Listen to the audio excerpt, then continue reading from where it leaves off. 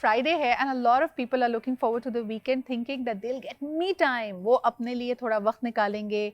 आज हो सकता है सैलून की अपॉइंटमेंट्स बुक हैं, आज हो सकता है जिम में। A lot of gyms I realise are doing ये Friday which is like the hardest workout, और वो इसलिए कराते हैं आपको ताकि यू फील कि अगर आपने थोड़ी बहुत चीटिंग या थोड़ा बहुत binge eating over the weekend करनी है तो आप बहुत ज़्यादा गिल्टी ना हो। But as I always say कि me time is much more than just bubble baths and retail therapy, या एक वेकेशन ले ली या एक मसाज जाके करवा ली। It's really about prioritising yourself and the way you feel and the way you think, looking after yourself and doing a daily clean up. जिस तरह हम अपना मुंह धोते हैं या नहाते हैं so that we can get the dirt off our physical body, हमें बिल्कुल उसी तरह अपने मेंटल क्लटर को भी डी क्लटर करना है। So how do you do that and what are some of the ways of doing it? आइए आपको एक ज़बरदस्त पैनल से मिलाते हैं। फर्स्ट एंड फॉरमोस्ट जी, आज हमारे साथ मौजूद हैं very talented stylist who is also a hair expert and also a model. हमारे साथ मौजूद हैं Zamzam Shah. Thank you Zamzam for making time for us today. आप ही के साथ तशरीफ रखती हैं Bushra Javed, who's a fitness trainer. You've seen her several times busting myths about fitness, busting and telling you कि आप क्या गलत कर रहे हैं, common mistakes जिसकी वजह से आपको results नहीं मिल रहे। Thank you Bushra for being here. Last but definitely not the least, Professor Ali Ajmal साहब हमारे साथ मौजूद हैं जो कि एक psychologist हैं। Sometimes you could be doing a lot of work on the outside, यानी आप जिम भी जा रहे हैं, अपना ख्याल भी रख रहे हैं, you're well put together, लेकिन इसके बावजूद your mental space and your mental health is not in the best of places. So what do you do then and what are some of the common mistakes there? ये हम अली अजमल से जानेंगे. So thank you guys for being here. Bushra, सबसे पहले तुमसे शुरू करती हूँ। आने वाला है दिसंबर जो कि एक पीक सीजन होगा. You'll have to keep looking at the camera in front of you. हम सारे के सारे एक डब्बे ग्रिड के अंदर हैं. जी बुशरा, तो मुझे ये बताइएगा कि जब हम बात करते हैं दिसंबर की, बहुत सारी गैदरिंग्स आ रही हैं, शादियां आ रही हैं, इस वक्त मुझे लग रहा है पीक सीजन होगा तुम्हारे लिए। A lot of clients are trying to go down a dress size, is that true?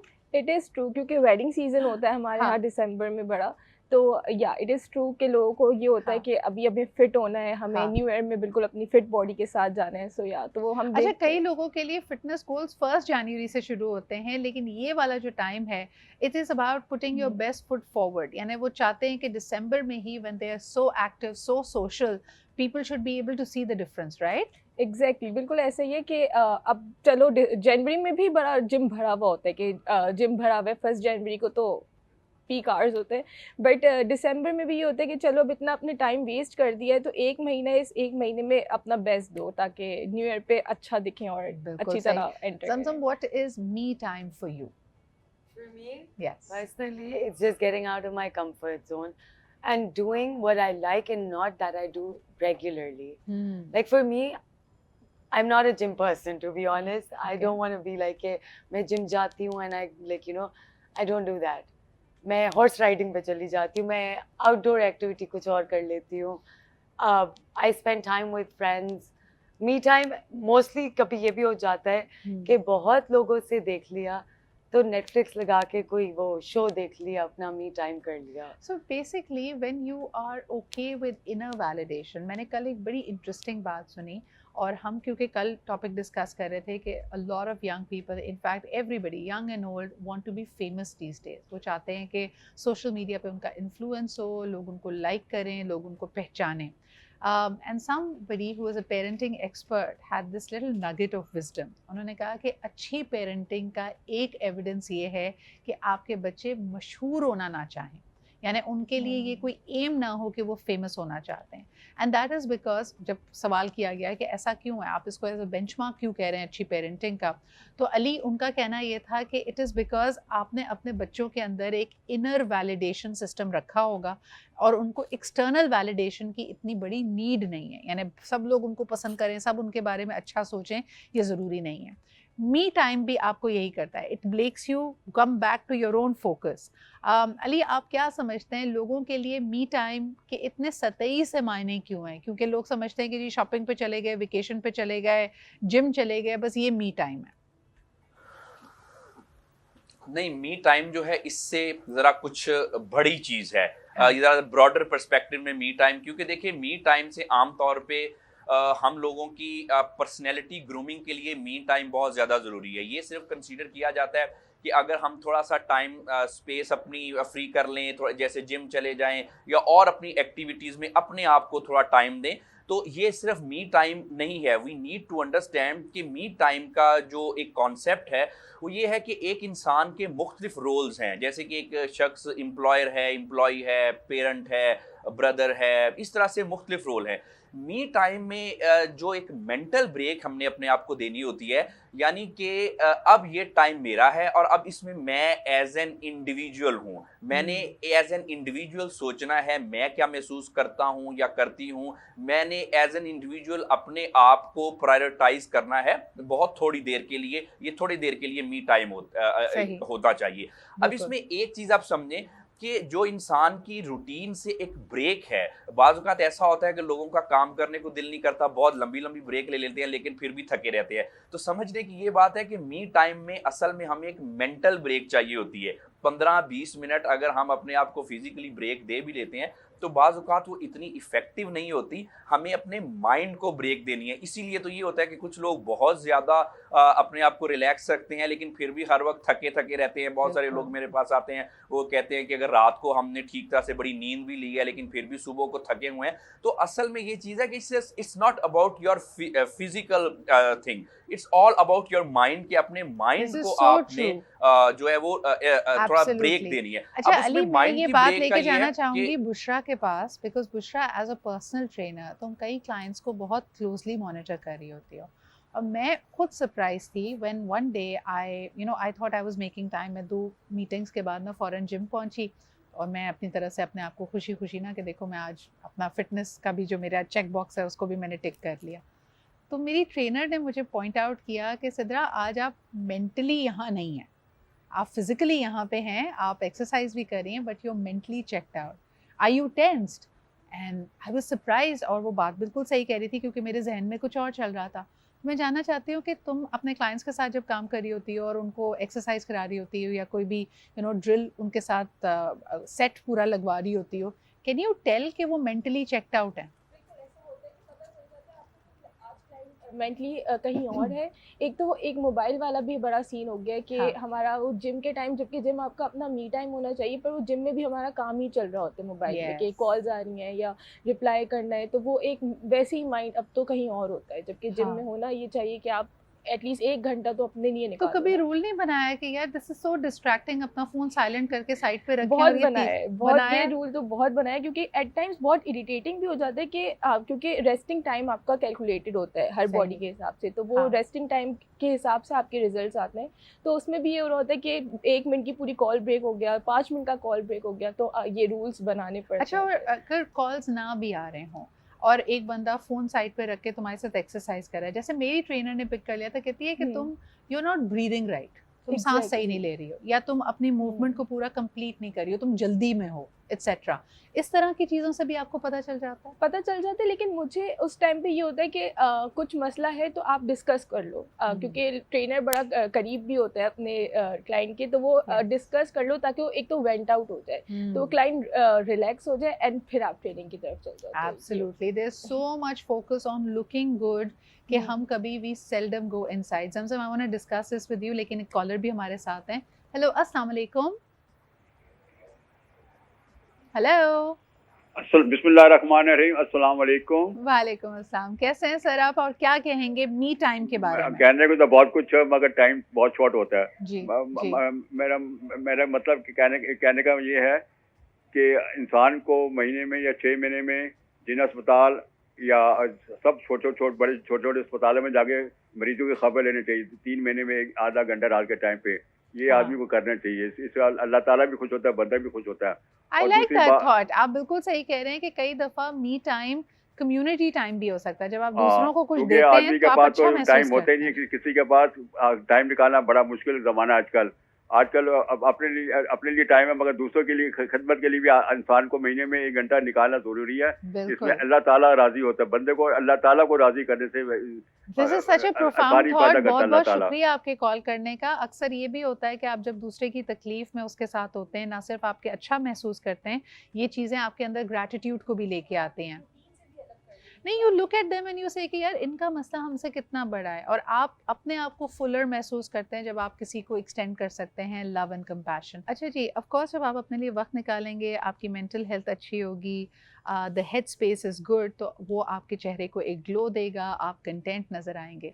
लेकिन फिर भी हमें अक्सर ये भी पता चलता है कि people who are looking very well put together, खूबसूरत भी हैं, बेहतरीन मलबूसात पहनते हैं, बेहतरीन जगहों पे जाते हैं, जिम के लिए भी वक्त निकालते हैं, but their personal life and their mental health is not that great. Zamzam, this one I want to bring to you. मुझे ये बताओ कि a lot of models, fashionistas, popular icons, they look very well dressed, very well put together, लेकिन एक तरह से उनकी काम की requirement भी बन जाती है कि उन्होंने जिम जाना है, वज़न बढ़ने नहीं देना है, they always need to look fresh. Does that always reflect a healthy mindset and a healthy headspace? To be honest, मुझे लगता है like you know this is actually requirement for everybody, not just models or anything. You should be looking healthy and thinking very nice. तो वो आपको reflect करता है, आपकी skin, आपके बाल, आपका attitude, everything. तो उस हिसाब से I think everything, it's basically the inner thing that shows outside. लेकिन आप इतने मॉडल्स को और इतने लोग जो कि फैशन इंडस्ट्री का हिस्सा हैं उनको करीब से जानते हैं, you're friends with them. Yeah. आपको लगता है कि कभी कभार, मुझे ऐसा फील होता है कि your outside and your inside are not matching. बाहर से आप बड़े काम और बड़े कंपोज लग रहे हो, लेकिन हो सकता है you're also going through a lot of stress. Of course, ना? because at the end of the day everybody is a human. हमारी जिंदगी में कुछ ना कुछ चलता रहता है, बट जो काम का रिक्वायरमेंट है वो तो करना ही है. तो कैसा लगता है इन लोगों को कि they have to smile for the camera but inside they may be feeling very angry, very hurt? आपसे कभी confide करते हैं? How do you counsel them? I'm very positive about life and everything with situations also. तो मेरे पास तो जो भी आता है मैं बताती हूँ. Okay, I put my myself in their shoes and then advise them. तो मैं तो हमेशा एक अच्छा सा कुछ बता देती हूँ. I'm thankful कि वो लोग सुन भी लेते हैं मेरी बात. अच्छा, ये सवाल हम अली के पास ले जाते हैं. अली, किसी का जॉब रिक्वायरमेंट है, जितनी पोजीशंस ऑफ अथॉरिटी, मैं कभी कभार देखती हूँ जैसे हमारे पॉलिटिशियंस हैं, मिनिस्टर्स हैं, anybody who is public facing, वो अपने लाइफ के तमाम स्ट्रेसेस प्रोफेशनल एंड पर्सनल को झेल रहा है, लेकिन चेहरे पे मुस्कुराहट भी रखनी है, काम भी परफॉर्म करना है. तो जब आपका इनसाइड एंड आउटसाइड मैच ना कर रहा हो, तब हमें क्या करना चाहिए? आप क्या एडवाइस देते हैं? जी बिल्कुल, इनसाइड और आउटसाइड जब नहीं मैच हो रहा हो, और बाय द वे मैं इससे पहले आपको बता दूं कि आजकल ज्यादातर लोगों का ऐसा ही है. पहले तो कुछ होता था ना कि कुछ लोग जमाने में ऐसे होते थे जो महफिल में हंसते थे, तन्हाई में रोते थे.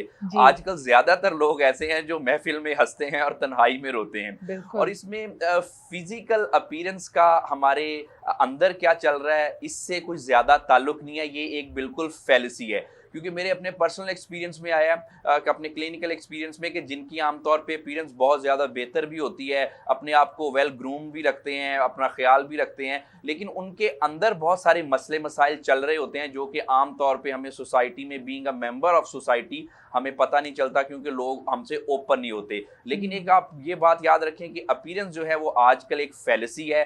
अंदर लोगों के वो कुछ चल रहा होता है कि जो हम आम तौर पे एक्सपेक्ट भी नहीं कर रहे होते कि इनके अंदर भी ये चीज़ें हो सकती हैं उनकी अपीयरेंस की बेस पे.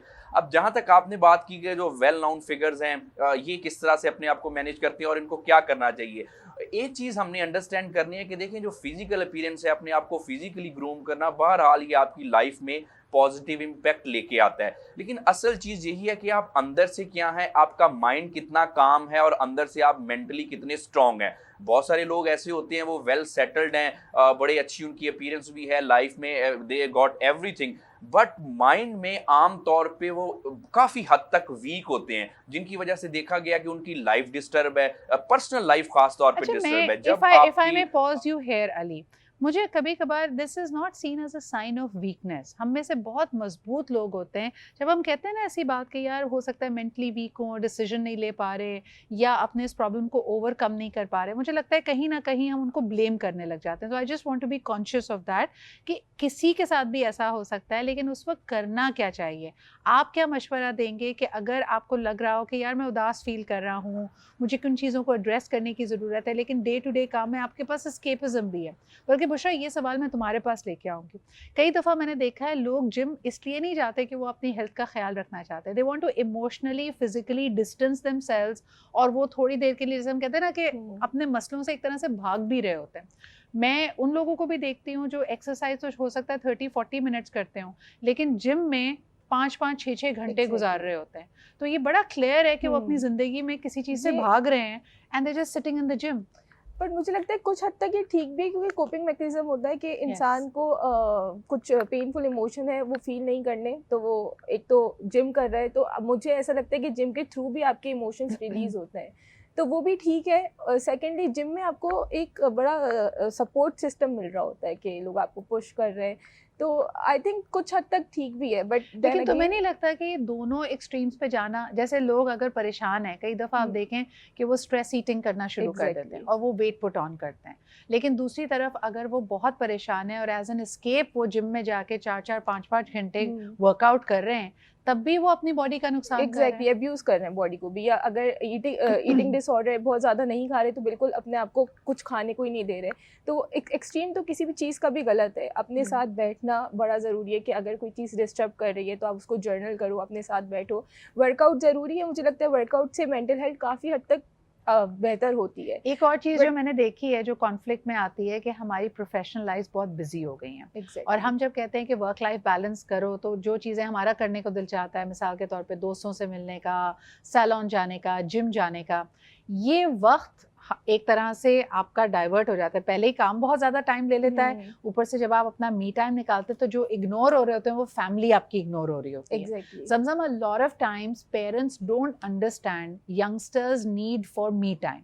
उनको लगता है कि आपने काम किया, अब मी टाइम का मतलब है फैमिली टाइम, सबके बीच में आके बैठो, सबसे बैठ के बातें करो। तो कोई शख्स अगर कहे कि यार मुझे सिर्फ अपने लिए टाइम चाहिए, ये हमारे कल्चर में तो पेरेंट्स को समझ नहीं आता। To be honest, I would say I'm blessed like that क्योंकि I have very understanding parents. मतलब उनको मुझे बताना नहीं पड़ता, कभी या कभी बताना नहीं पड़ा कि I want me time. हमें ये पता होता था कि okay, there's this time that we have to spend with our parents. उसके बाद they understand that this is our me time. Okay. तो हमें automatically मिल जाता था. And I don't know, I think I've been blessed like that with अच्छा, ये सवाल मैं लेके जाऊंगी डॉक्टर अली के पास कि अगर आपके पेरेंट्स आपकी रिक्वायरमेंट, आपकी नीड ऑफ मी टाइम को ना समझ पा रहे हो तो क्या करें। अली, ये सवाल आपसे, क्योंकि मुझे ऐसा लगता है कि वक्त बड़ी तेज़ी से बदला है। हमारी प्रीवियस जनरेशन और बिलखुसूस हमारे पेरेंट्स, अब अगर वो ओल्डर सिटीजन्स हैं तो यकीनन उनको आपके ज़्यादा वक्त और तवज्जो चाहिए, लेकिन अगर आप काम बहुत ज़्यादा कर रहे हैं और आप उनको वक्त देते हैं लेकिन आप थोड़ा सा वक्त अपने लिए चाहते हैं, तो ये इतना बड़ा इशू क्यों बन जाता है हर घर के अंदर? जी, ये एक जनरेशनल गैप तो बहरहाल होता है। हमारे जो पेरेंट्स हैं ऑब्वियसली उनको इस चीज़ को अंडरस्टैंड करना चाहिए कि आजकल थोड़े से वक्त के दौर के तकाजे बदल गए हैं। आम तौर पे जो नॉस्टैल्जिया है, ये मैंने अक्सर लोगों से सुना है, आपने भी इसको विटनेस किया होगा कि हमारे दौर में तो ऐसा होता था, अब देखें ये कैसा। अब वी नीड टू अंडरस्टैंड कि आपके दौर में जो होता था वो बिल्कुल ठीक था, वो आपकी उसने मेमोरीज बनाई, आप उसको मिस करते हैं, एक नॉस्टैल्जिक फीलिंग है। लेकिन आजकल के जो यंग है, यूथ है, उनकी अपनी चाइल्डहुड मेमोरीज हैं, उनको उनके लिए ज़िंदगी में और चीज़ें उनकी मेमोरीज बनी। तो हमने करना ये है कि पेरेंट्स को ये चाहिए कि आपका दौर बिल्कुल सुनहरी दौर था, बहुत अच्छा था, लेकिन आज के बच्चों का दौर भी बहुत अच्छा है, ये उनके लिए एक सुनहरी दौर है। अब जहाँ तक इसी को अगर ज़रा मी टाइम की पर्सपेक्टिव में बात करें तो देखिए, एक चीज़ समझें कि जब भी हमें कोई आम तौर पे लाइफ में इश्यूज वगैरह होते हैं तो लाइफस्टाइल चेंजेस करते हैं, जैसे जिम जाना, सेल्फ ग्रूमिंग करना और उसके अलावा अपने आप को डिस्ट्रैक्ट करना या काम में अपने आप को पर्सनल यानी कि इम्प्रूवमेंट, सेल्फ इम्प्रूव करना।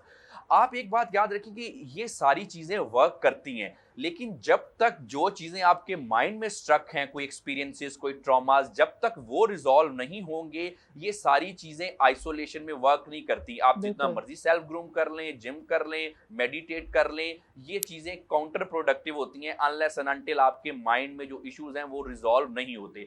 अब मी टाइम अपने इश्यूज को रिजॉल्व करने का, खुद रिजॉल्व करने का एक सबसे अच्छा तरीका है। अब देखिए कि मी टाइम में जैसे अगर हम मदर की बात करें तो मी टाइम को अंडरस्टैंड करना है। अगर आप मदर हैं या फादर हैं, आज के दौर के या पुराने दौर के, तब भी आपके पास ये दिन में कोई 10 मिनट ऐसे होने चाहिए कि आप अपने सारे रोल्स को स्विच ऑफ कर दें, कि ना अभी मैं एम्प्लॉयर हूं, ना एम्प्लॉय हूं, ना बिल्कुल। मदर हूं, ना फादर हूं, सारे रोल्स को स्विच ऑफ कर दें और 10 मिनट अपने साथ आप गुजारें। सिर्फ 10 मिनट दिन में हर बंदा अपने साथ गुजार सकता है। उसमें अपने इश्यूज को, अपने मामलात को रिजॉल्व करें। अब जहां तक रिजॉल्व करने का ताल्लुक है, तो जैसे अभी आपने जनरेशन की गैप की बात की, तो देखिए पहले के जो हमसे ओल्डर जनरेशन थी, ऑब्वियसली उनके अपने मामलात थे, उनका लाइफस्टाइल अपना था और वो चीज़ों को और तरह से रिजॉल्व करते थे और वो बिल्कुल ठीक करते थे। लेकिन आज के बच्चे ने लाइफ ही और देखी है। जो आज के यंग लोग हैं, जब वो बच्चे थे, सोशल मीडिया का दौर है, हर तरफ से इंफॉर्मेशन की बम्बार्डमेंट हो रही है। पहले लोग और तरह से वैलिडेशन लेते थे, आजकल और तरह से अपनी फीलिंग्स को वैलिडेट कर रहे हैं। बिल्कुल तो सही, बदले बिल्कुल हुए सही। तकाज़ों अच्छा के अली, इसी मुताबिक बात हम को लोग मैं और बाकी पैनलिस्ट की तरफ भी लेके जाना चाहूंगी। बुशरा, जैसे उन्होंने कहा कि जनरेशनल गैप तो है, पेरेंट्स को आपको समझाना पड़ेगा, लेकिन हम हर जगह जहाँ सैक्रिफाइस देते हैं ना, थोड़े अरसे के लिए सैक्रिफाइस आपको खुशी देती है, लेकिन एट टाइम फिर आपको आहिस्ता आहिस्ता एहसास होगा कि ये कितना एक लॉपसाइडेड ट्रेड है। क्योंकि जिनके लिए आप सैक्रिफाइस कर रहे हैं उनसे आपकी उम्मीदें वाबस्ता हो जाएंगी। आपका भी दिल करेगा कि वो आपकी सैक्रिफाइस को रिकग्नाइज करें, आपको रिवॉर्ड करें, आपकी उस सैक्रिफाइस के बारे में अच्छे अंदाज में बात करें, but eventually that will not happen. मिसाल के तौर पे जब आप माँ बन जाती हैं और आप कहती हैं कि मेरा सारा वक्त अपने बच्चे की देखभाल में गुजरता है, इवेंचुअली ये बच्चा बड़ा होगा और अगर आप उस पर ये सारा बोझ डालने जाएंगी कि मैंने तो अपनी सेहत, अपनी हॉबीज, सब कुछ तुम्हारे लिए छोड़ दिया, तो बच्चा कहेगा भाई मैंने आपसे नहीं मांगी थी ये सैक्रिफाइस। जमजम क्या कहोगी? A lot of women they actually forgo their hobbies when they are trying to manage and balance other roles, यानी या तो प्रोफेशन की वजह से, घर वालों की वजह से, पार्टनर की वजह से, बच्चों की वजह से आप जब अपने आप को एक सेल्फ सैक्रिफाइसिंग मोड में ले जाते हैं, इसका क्या नुकसान होता है तुम्हारे ख्याल में? मेंटली आपको बहुत इफेक्ट करता है। आप फिर कोई भी जॉब सही नहीं कर सकते हो, being a mother, a friend, anything, even not even a wife. फिर आपका, बिकॉज आपका वो होता है कि like you can't be verbal about it too, because you want everybody to understand it कि मतलब मैं इतना सब कुछ कर रही हूँ या कर रहा हूँ, तो अब तो दूसरे को भी, अगले को भी एहसास होगा। So you wait for it, and उसमें बहुत you start hating their me time. Exactly, कि मैं नहीं कर पा रही मैं तो हूँ, जिम नहीं but जा रही, why? ये क्यों जिम जा रहा है? Exactly, yeah. तो ये बड़ा हो जाता है। हाँ, बुशरा आप क्या कहोगे? ये जो सेल्फ सैक्रिफाइसिंग मोड होता है जिसमें आप अपने लिए वक्त नहीं निकाल रहे, इसका क्या नुकसान है? बिल्कुल ऐसी है कि बड़े होके तो बच्चा बोलेगा मैंने आपको बोला नहीं था, और मुझे लगता है कि उस बच्चे से एक्सपेक्टेशन रखना भी गलत है कि मैंने तुम्हारे लिए किया था तो अब तुम भी मेरे लिए करो। तो ये भी एक्सपेक्टेशन रखना गलत है। बाकी जब आप अपनी सेल्फ वर्थ या अपना आइडेंटिटी ही एक रिलेशनशिप को दे देते हो ना, कि मैं किसी की वाइफ हूँ, मैं किसी की माँ हूँ या बेटी हूँ, तो जब आप उस रिलेशनशिप में नहीं होते तो आपको पता ही नहीं होता कि मैं कौन हूँ। तो वो एक अपनी प्रोफाउंड, बुशरा, वंडरफुल। तो अपने बारे में ही आपको नहीं पता होता, इसलिए बड़ा ज़रूरी है कि आप अपने लिए टाइम निकालो, अपने आप को डिस्कवर करो, ताकि आप उस रिलेशनशिप के अलावा भी आपकी एक ज़ात हो। Because every relationship is putting a demand on you, और आप किसी एक एम्प्टी कप में से you can't serve people. So आपको अपना ख्याल खुद रखना है। And I think I can not say this enough, मैं ये बहुत दफ़ा बात कहती हूँ कि the most loving thing that you can do for others is to look after yourself. Exactly. अपना ख्याल रखें। बच्चों को भी आपने यही चीज़ सिखानी है कि अपना ख्याल कैसे रखते हैं, खुश कैसे रहा जाता है, कंटेंट कैसे रहा जाता है। सैक्रिफाइस दे दे के अगर आप एक बिटर, एक तल्ख, एक खड़ूस इंसान बन गए ना, तो किसी को आपकी सैक्रिफाइस नहीं चाहिए। वो बच्चे भी इरिटेट हो रहे होते हैं कि ना ही करें, इससे तो ना ही करें भाई, हर वक्त ये करें। जैसे फॉर एग्जांपल घरों में खाने पे बड़ी लड़ाई हो रही होती है, मैंने सुबह से लग के जो ना मैंने दाल चावल बनाए, अब तुम लोग यही खाओ, लाइक नहीं खाने, कुछ और खाना है। घर की कहानी है ये तो मेरे साथ भी होता है कि मैं अगर बाहर से ऑर्डर कर लूँ तो बुरा लगता है जब मैंने बनाया, क्या मेरा अच्छा नहीं बनाया, दिल भी चाह रहा होता है। एब्सोल्युटली, ये थोड़ा सा तो होता है, लेकिन भाई उनको भी थोड़ा जी लेने थे। आज उनका पिज्जा खाने को दिल चाह रहा होगा तो मंगा लेने थे। कॉलर हमारे साथ है, उनकी बात सुनते हैं। हेलो, अस्सलाम वालेकुम। वालेकुम सलाम। कौन साहब, कहाँ से बात कर रहे हैं? मैम मैं खुरम से बात कर रहा हूँ, लाहौर से। क्या कहेंगे? मैम मैं डॉक्टर से सवाल करूँगा कि अभी इन्होंने बात की ना कि कुछ ऐसे लोग भी होते हैं जिनको जो है ना सुकून मिलता है सफ़र करने में, कुछ मिलता है कि आराम करने में, कुछ तन्हाई में। आपका सवाल मुझे समझ नहीं आया, दोबारा अपना सवाल कीजिएगा। जी मैं रिपीट करता हूँ मैम। मैंने कहा कि मैम मेरा सवाल ये है जी ये डॉक्टर साहब ने भी बात की ना कि कुछ लोगों को सुकून मिलता है तन्हाई में, कुछ को हाँ जी। सफर करने में। जी जी जी। तो मैं मेरे साथ भी कुछ ऐसा ही है कि मैं डॉक्टर साहब से ये पूछना चाहता हूँ कि अक्सर मुझे ना जैसे रात के 2-3 बज जाते हैं तो एक खामोशी सी होती है, हाँ जी उसमें मुझे बहुत ज्यादा सुकून मिलता है। तो मैं ये सवाल करना चाह रहा था कि ये कोई ज्यादा ऐसी बात तो नहीं है कि जो ठीक है, खतरे वाली मैं आपका बात हो। सवाल समझ गई। बहुत बहुत शुक्रिया कॉल करने के लिए। अली साहब इनका कह रहे हैं कि मुझे मी टाइम का मेरा मतलब है कि मुझे तन्हाई चाहिए होती है और रात को ख़ास तौर पे मैं अपनी अपनी कंपनी, अपने थॉट्स को एंजॉय करता हूँ, मुझे अकेला रहे। लेकिन क्या ये कोई परेशानी की बात तो नहीं? क्या मैं बहुत ज़्यादा तन्हाई पसंद तो नहीं होता जा रहा?